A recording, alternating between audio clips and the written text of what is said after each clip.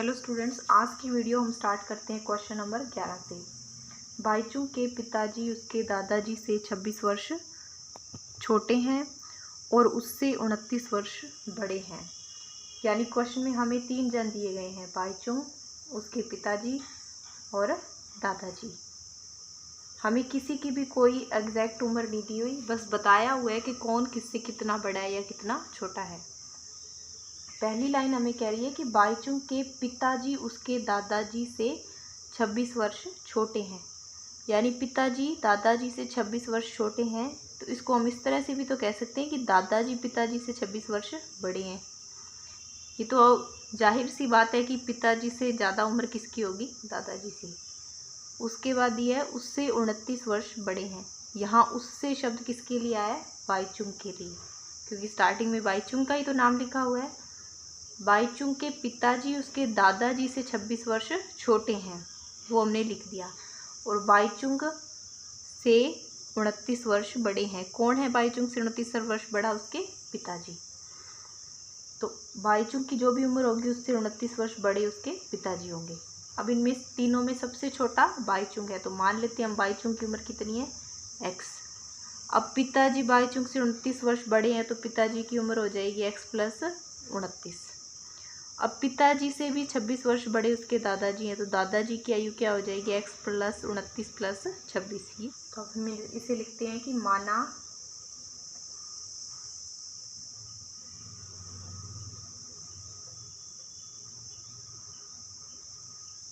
माना बाईचुंग की आयु x वर्ष है।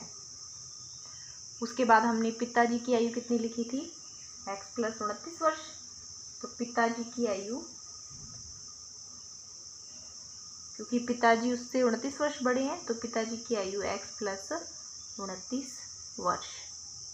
उसके बाद हमने लिखनी है दादाजी की आयु, और दादाजी पिताजी से भी 26 वर्ष बड़े हैं, तो दादाजी की आयु, पिताजी की जो आयु उसमें जोड़ते हैं हम 26, तो दादाजी की आयु है अपने पास x प्लस 55 वर्ष। उसके बाद लिखेंगे प्रश्नानुसार तीनों की आयु का योग। देखिए क्वेश्चन में दिया हुआ है कि उन तीनों की आयु का योग 135 वर्ष है, तो वही हम लिख रहे हैं। यानी जब हम तीनों की आयु को जोड़ देंगे तो उसको जोड़कर आंसर कितना आएगा, 135। सबसे पहले बाईचुंग की आयु x वर्ष, पिताजी की आयु x प्लस 29, दादाजी की आयु x प्लस 55 बराबर 135 बार आ रहा है इसमें, तो इसको जोड़ेंगे हम तो ये बन जाएगा 3x। 29 और 55 जुड़कर हो जाएगा 84 वर्ष बराबर 135, प्लस 84 बराबर के दूसरी तरफ जाएगा तो माइनस 84, और 135 में से जब हम 84 घटाएंगे तो कितना बचेगा, 51। 3 इस तरफ गुणा में है, बराबर के दूसरी तरफ जाएगा तो भाग में, और 51 में जब हम 3 का भाग देंगे तो आंसर आएगा 17। यानी x का मान कितना आया है, 17। इसको हम बॉक्स में बंद कर लेते हैं। हमने क्या बताना है आंसर में, उनकी आयु अलग अलग ज्ञात करनी है। यानी उन तीनों की आयु को हमने अलग अलग बताना है कि बाईचुंग की आयु कितनी है, पिताजी की आयु कितनी है। तो हम लिखेंगे, अतः बाईचुंग की आयु हमने क्या मानी थी, x, और x का मान कितना आया है, 17, तो कितनी हो गई, 17 वर्ष। और पिताजी की आयु हमने मानी थी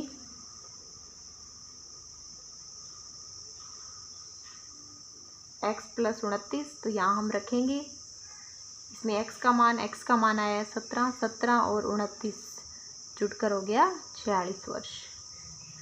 उसके बाद दादाजी की आयु मानी थी हमने x प्लस 55 वर्ष, ये रही।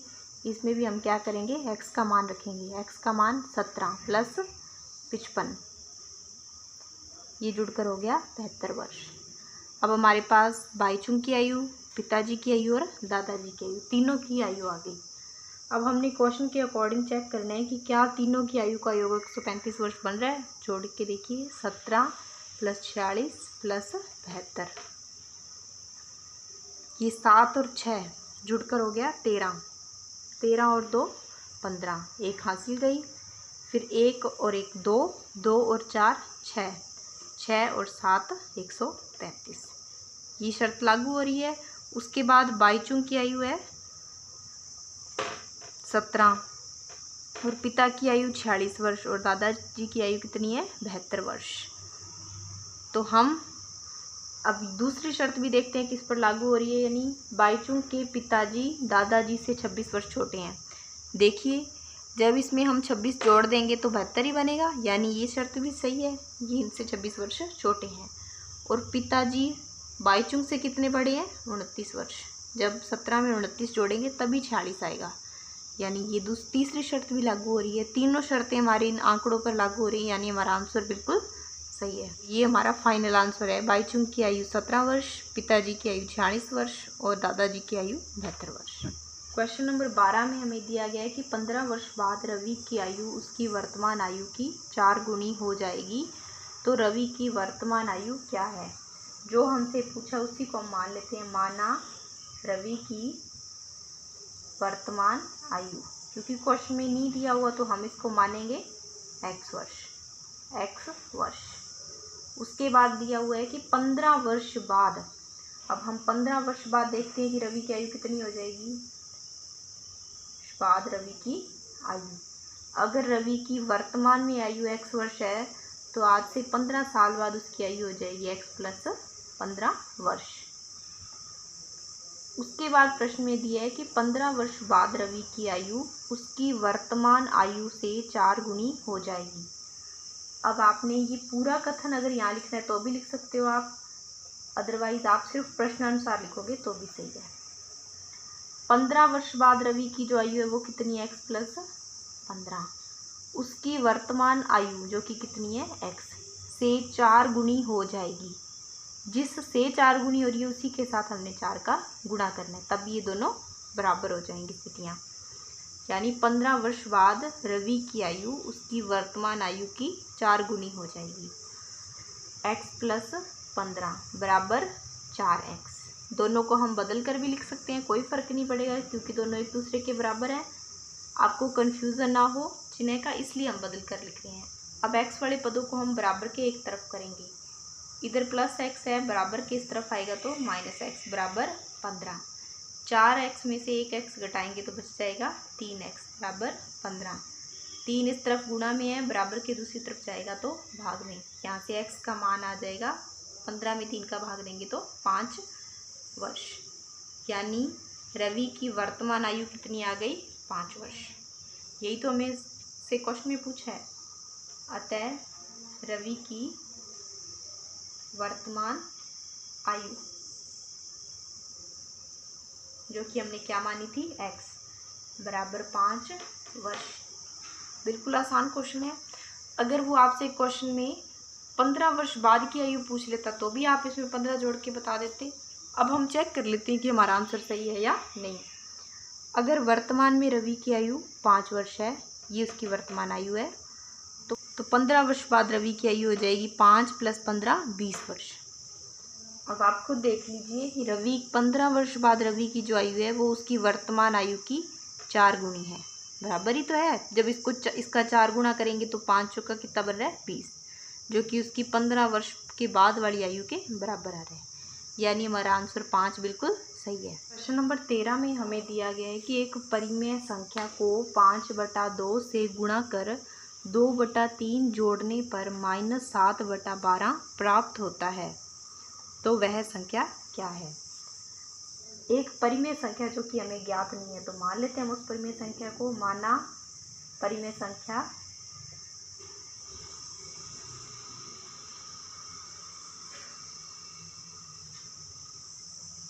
परिमेय संख्या है x।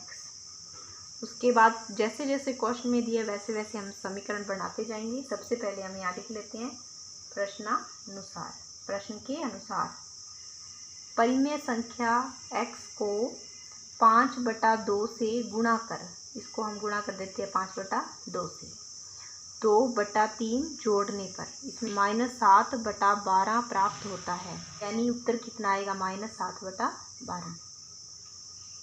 अब हम इसको हल करते हैं कि x का 5 से गुणा करेंगे तो ये बन जाएगा 5x बटा में 2 + 2/3 बराबर -7/12। मैंने आपको बताया कि x वाले पदों को आप बाईं तरफ रखिए और बाकी सारे पदों को बराबर के दूसरी तरफ दाईं तरफ ले जाइए। अब ये 2/3 इस तरफ प्लस क्या है, बराबर के दूसरी तरफ जाएगा तो -2/3। अब हमने इनका हर बराबर करना है इन भिन्नों को हल करने के लिए, तो 3 और 12 का हम लघुत्तम ले लेते हैं। सबसे पहले 2 का भाग देंगे, 3 पे नहीं जा रहा तो 3 का 3 और 2 छके 12। फिर से 2 का भाग जा रहा है, 3 पे नहीं जा रहा तो 3 का 3 और 2 तिया 6। अब भाग जा रहा है 3 का, 3 एकम 3, 3 एकम 3, यानी हमारा एलसीएम या लघुत्तम कितना आ गया, इन तीनों का गुणा। 2 दूनी 4, 4 तिये 12। इसको हल करने का तरीका कि जब हम 12 का 12 पे भाग देंगे तो 1, जो उत्तर 1 आया उसका ऊपर वाली संख्या से गुणा कर दो। 7 का 1 से गुणा 7, और इसके आगे जो साइन है वही यहाँ आएगा माइनस। फिर इन दोनों के बीच में माइनस है तो यहाँ भी माइनस। अब 3 का भाग 12 पे 2 तो कितने भागफल कितना आएगा, 12 पर जब हम 3 का भाग देंगे तो 3 चौके 12, ये तो भागफल है। ये जो भागफल है इसका ऊपर वाली संख्या अंश से गुणा करो, 4 दूनी 8। ये किसके बराबर था, 5x/2। दोनों संख्याएं माइनस की हैं तो ये जुड़ जाएंगी, लेकिन उत्तर किस में आएगा, माइनस में, क्योंकि दोनों ही माइनस की हैं। 7 और 8 जुड़कर हो जाएगा 15, वो भी माइनस का, बटा में 12। अब 2 इस तरफ भाग में है, बराबर के दूसरी तरफ लेके जाएंगे तो ये गुणा में, -15/12 गुणा 2। अब ये 5 इस तरफ गुणा में है, इसको बराबर के दूसरी तरफ लेकर जाएंगे तो ये भाग में चला जाएगा, ये भाग में ही तो चला गया। यानी इस पूरी भिन्न को जब हम बराबर के दूसरी तरफ लेकर जाएंगे 5/2 को, तो दूसरी तरफ जाकर ये 2/5 बन जाएगी। अब इसको हम हल करते हैं, -15/12 और 2/5 जो कैंसिल हो रहा है उसको हम कैंसिल कर लेते हैं। 2 एकम 2 और 2 छके 12, और ये 5 के पहाड़े से कैंसिल हो रहा है, 5 एकम 5 और 5 दिए 15। अभी भी ये 3 के पहाड़े से कैंसिल हो रहा है, 3 एकम 3 और 3 दूनी 6, यानी अंश में हमारे पास माइनस बच गया और ऊपर बच गया 1, और बटा में क्या बचा है, 2, क्योंकि जब आप 1 का 1 से गुणा करोगे तो भी 1 आएगा और 2 का 1 से गुणा करोगे तो भी 2 आएगा। तो इस पूरी भिन्न को हल करके हमारे पास आया है -1/2। अगर आपको इस तरह से कैंसिल करके हल ना करना हो तो आप इस तरह से भी कर सकते हैं। आप अंश का अंश से गुणा कर लीजिए, 15 का 2 से गुणा 30 और माइनस का माइनस, और 12 का 5 से गुणा 60। 0 से 0 कैंसिल हो गया, तो ये कैंसिल करना आसान है। -3/6, ये 3 के पहाड़े में आता है, 3 एकम 3 और ये 3 दूनी 6, यानी हमारा आंसर आ गया x का मान -1/2। लिख सकते हो, अतः परिमेय संख्या जो हमने स्टार्टिंग में x मानी थी वो कितनी है, -1/2। यही हमारा फाइनल आंसर है।